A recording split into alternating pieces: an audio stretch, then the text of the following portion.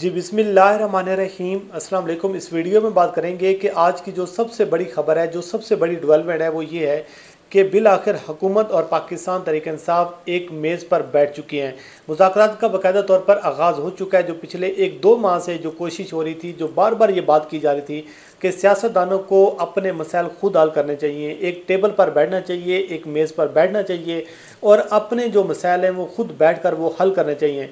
तो बिल आखिर वो बाकायदा तौर पर जो मुज़ाकरात हैं उनका आगाज़ आज हो चुका है और इस वीडियो में मैं आपके सामने 3 बड़ी शराइत वो रखूँगा जो पाकिस्तान तहरीक-ए-इंसाफ की जानिब से हुकूमत की टेबल पर रख दी गई हैं। हुकूमत के सामने 3 बड़ी शराइत रख दी गई हैं कि ये हमारी 3 शराइत हैं, अगर आप ये मानते हैं, अगर आप इन पर अमल दरामद करते हैं तो फिर हम इलेक्शन को आगे लेकर जाने पर इत्तफाक करेंगे। अगर आप ये नहीं करेंगे तो फिर 14 मई का फैसला भी मौजूद है और आपके ये भी इल्म है कि सुप्रीम कोर्ट ऑफ पाकिस्तान की जानिब से आज वाज़े और क्लियर अंदाज में ये पैगाम पहुँचा दिया गया था। वाज़े और क्लियर अंदाज में ये बात हुकूमत तक जो है वो कन्वे कर दी गई थी कि अगर आप बैठकर कोई ना कोई हल निकाल लेते हैं, अगर बैठकर आप एक दिन इलेक्शन के लिए कोई मुतफ़िका तौर पर अगर आप कोई तारीख जो है वो तय कर लेते हैं तो फिर तो वेल एंड गुड है। अगर नहीं करते तो फिर अदालत अपने फ़ैसले पर अमल दरामद करवाना भी जानती है।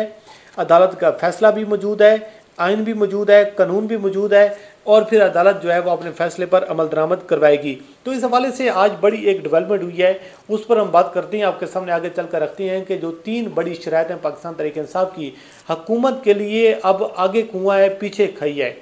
तो हुकूमत जो है वो परेशान है। हुकूमत को अब समझ नहीं आ रहा कि इस पर अमल दरामद करते हैं तो फिर भी प्रॉब्लम है, अमल दरामद नहीं करते तो फिर भी प्रॉब्लम है। और अगर इन 3 शराइत पर अमल दरामद हो जाता है तो फिर तो इमरान खान साहब की विन विन सिचुएशन है, इमरान खान साहब की जीत ही जीत है। और अगर इलेक्शन जो है वो उनकी डेट आ जाती है, मुतफ़िका तौर पर कोई एक दिन मुख्तस हो जाता है तो फिर इमरान खान साहब अपने मिशन और मकसद में बिल आखिर वो कामयाब हो जाएंगे। लेकिन आज का दिन जो था वो बड़ा हैपनिंग वाला दिन था, आज का दिन बड़ी खबरों वाला दिन था। एक के बाद एक खबर सामने आ रही थी, एक के बाद एक बड़ी डेवलपमेंट सामने आ रही थी और सारा दिन ये सूरत आ रही है कि कौन सी खबर आप तक पहुँचाएँ, कौन सी खबर आप तक ना पहुँचाएँ, क्योंकि इतनी जल्दी में और इतनी तेज़ी के साथ जो है वो डेवलपमेंट हो रही थी कि चीज़ें जो है वो तमाम तर चीज़ें आप तक पहुंचाना, वो इतना जो है वो इतनी चीज़ें इकट्ठी करके सारी चीज़ें आप तक पहुंचाना बड़ा मुश्किल था। क्योंकि एक खबर आ रही थी, उसके बाद दूसरी खबर, क्योंकि सुबह सुप्रीम कोर्ट ऑफ पाकिस्तान में ये केस था, उसके बाद फिर वज़ीर आज़म शहबाज शरीफ साहब की जानिब से इत्तेहादी जमातों को ज़ोराना दिया गया। जैसे ज़ोराना ख़त्म होता है उसके बाद पार्लियामेंट का इजलास शुरू हो जाता है। पार्लियामेंट का इजलास जैसे शुरू होता है बिलावल ज़रदारी साहब की जानिब से करारदाद जमा करवा दी जाती है कि वज़ीर आज़म शहबाज शरीफ जो हैं वो आज एतमाद का वोट लेंगे। तो उसके बाद फिर वोटिंग होती है, शहबाज शरीफ 180 वोट लेने में कामयाब हो जाती हैं और ये जो वोट थे ये हुक्मरान जमात के इत्तेहादियों के मिलाकर ये तमाम तर जो है 180 वोट बने हैं। अगर आज मुफ्ती अब्दुल शकूर साहब ज़िंदा होते तो फिर ये वोटों की जो तादाद है ये 181 तक होती। लेकिन यहाँ भी एक सवाल पैदा होता है कि क्या शहबाज शरीफ जो हैं वो सेफ जोन में दाखिल हो गए एतमाद का वोट लेकर? क्या जो उन पर जो एक नाअहली की जो तलवार है, जो ख़तरे की जो तलवार थी, जो इक़्तिदार जो हाथ से जाने की जो एक उनके ऊपर जो लटकती हुई तलवार है, क्या वो ख़त्म होगी? ऐसा हरगिज़ नहीं है। और शहबाज शरीफ अगर एतमाद का वोट ले भी चुकी हैं तो फिर भी अगर सुप्रीम कोर्ट ऑफ पाकिस्तान के हुक्म पर वो अमल दरामद नहीं करते तो सुप्रीम कोर्ट ऑफ पाकिस्तान उनको तलब कर सकती है, उनको नाअहल कर सकती है, उनको घर भेज सकती है। और शहबाज शरीफ जो है वो ये ना समझे कि बस अब मैंने एतमाद का वोट ले लिया है तो उसके बाद मुझे कोई ज़रूरत नहीं है सुप्रीम कोर्ट ऑफ पाकिस्तान के हुक्म पर अमल दरामद करने की। और इसके साथ साथ दूसरी ये है कि शहबाज शरीफ को कुर्बानी का बकरा बनाने की जिस तरीके से कोशिश की जा रही है, पूरा एक माहौल बना दिया गया है। बड़े बेहतरीन तरीके से आसिफ अली जरदारी ने जो जाल फेंका है और उसमें वो बड़े बेहतरीन तरीके के साथ शहबाज शरीफ को मुस्लिम लीग नून को लेकर आ रही हैं और उस मकाम तक लेकर आ रही हैं कि फिर मुस्लिम लीग नून के लिए न आगे कुछ बचेगा न फिर पीछे कुछ बचेगा। उसकी वजूहत यह है कि इस टाइम विन विन सिचुएशन में अगर हुक्मरान जमात में से कोई बंदा है तो वो आसिफ अली जरदारी है, वो पाकिस्तान पीपल्स पार्टी है। तो उसके बाद फिर ख्वाजा आसिफ ने तकरीर की, बड़ी डेंजरस तकरीर थी। मैं ये समझ रहा हूँ कि अगर ये जो तकरीर कोई और करता तो वो उसको तौहीन अदालत में तलब कर लिया जाता। ख्वाजा आसिफ के अल्फाज से ये वज़ीर दिफा हैं, पार्लियामेंट के फ्लोर पर ये खड़े होकर ये कह रही हैं कि हम ये जो 3 रुकनी बेंच है इसका फ़ैसला, कोई भी फ़ैसला जो है वो हमें मंजूर नहीं है, उसको हम नहीं मानेंगे। और शहबाज शरीफ को उन्होंने कहा कि अगर ये 3 रुकनी बेंच, अदालत अगर आपको घर भेज देती है तो इन अदालत में, तो फिर आपको अपनी कुर्सी छोड़ने की भी ज़रूरत नहीं है, कोई ज़रूरत नहीं है इस फैसले पर अमल दरामद करने की। ये ख्वाजा आसिफ की बात थी। बहरहाल देखते हैं, सियासी लड़ाई बड़ी अरूज पर है, बड़ी हैपनिंग हो रही है। लेकिन बात कर लेते हैं कि जो तहरीक इंसाफ की जो मुज़ाकराती कमेटी है, जो टीम है, वो पार्लियामेंट पहुंची है। कमेटी रूम में इजलास हो रहा है मुज़ाकराती टीम का। मुस्लिम लीग नून की जानिब से ख्वाजा आसिफ साहब मौजूद हैं, ख्वाजा सादर रफ़ीक साहब मौजूद हैं, इसहाक डार मौजूद हैं, आज़म नज़ीर तारड़ साहब जो हैं वो बतौर वहाँ पे मुबस्सिर के तौर पर या सालिस के तौर पर वो भी वहाँ पर मौजूद हैं। इसी तरीके से फवाद चौधरी साहब हैं, शामुद कुरैशी साहब हैं, उनके साथ साथ जो हैं सेनेटर जो अली ज़फ़र साहब मौजूद हैं। अब ख़बर ये सामने आ रही है कि तहरीक इंसाफ की जानिब से 3 बड़ी शराइत रख दी गई हैं। नंबर 1 ये है कि हुकूमत जो है मई में कौमी और 2 सूबाई असम्बलियाँ जो हैं, जिसमें सिंध असम्बली है और इसके साथ साथ जो बलूचिस्तान की असम्बली है, ये तहलील करने का वो ऐलान करे और मई में वो ये तहलील करके फिर केयर टेकर सेटअप लेकर आए। इलेक्शन आगे लेकर अगर जानी है तो उसके लिए कॉन्स्टिट्यूशनल अमेंडमेंट करनी पड़ेगी। ये दूसरी जो है वो शर्त रखी गई है पाकिस्तान तहरीक इंसाफ की जानिब से।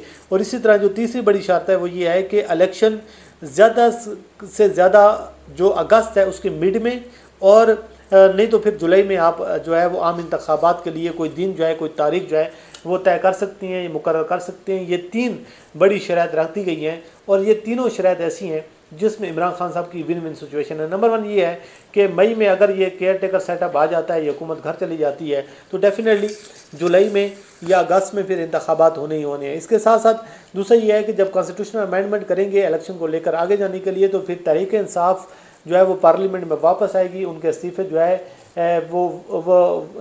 उनको जो है कौमी असम्बली में आने की फिर इजाज़त होगी, कौमी असम्बली में आकर बैठेगी, राज्य रियाज की भी छुट्टी हो जाएगी। और फिर इसी तरीके से जो निगरान सेटअप होगा, जो केयर टेकर सेटअप होगा, फिर वो पाकिस्तान तहरीक इंसाफ, हुकूमत और अपोजिशन मिलकर उनको लगाएंगे और जो है वो राज्य रियाज की भी छुट्टी हो जाएगी इसमें, क्योंकि अपोजिशन लीडर जो है डेफिनेटली फिर पाकिस्तान तहरीक इंसाफ का अपना आ जाएगा।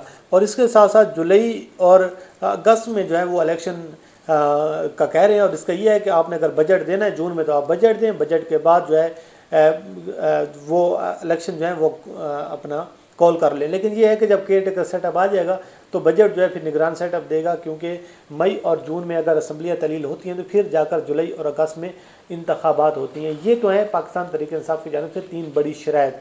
और अगर ये नहीं मानती हुकूमत तो फिर तो 14 मई का जो है वो फैसला मौजूद है। वो तो आपको फिर सूबे के इलेक्शन तो करवाने पड़ेंगे। अगर आप सूबे के इलेक्शन नहीं करवाएंगे तो फिर आपको तौहीन अदालत का सामना करना पड़ेगा, तौहीन अदालत के सामना करना पड़ेगा तो फिर आपको घर जाना पड़ेगा। तो हुकूमत जो है उसके पास ऑप्शन बहुत महदूद हो गए हैं, हुकूमत के पास ऑप्शन बहुत कम हो गए हैं। ये हुकूमत के लिए एक फेस सेविंग भी है।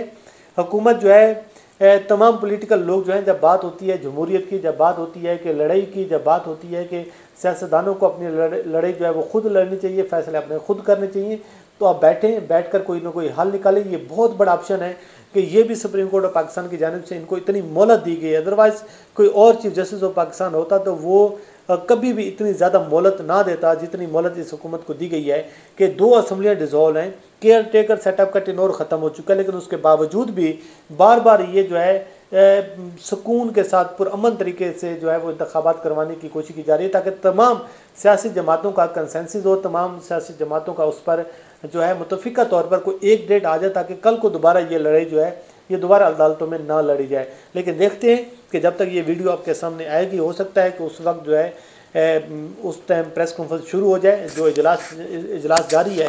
लेकिन अभी तक जो है वो पाकिस्तान तहरीक इंसाफ की जानिब से 3 जो है ये बड़ी शराइत सामने आ रही हैं। अब देखते हैं कि ये हुकूमत इनको किस तरीके से लेती है, इन शराइत पर अमल दरामद करती है या फिर नहीं करती है।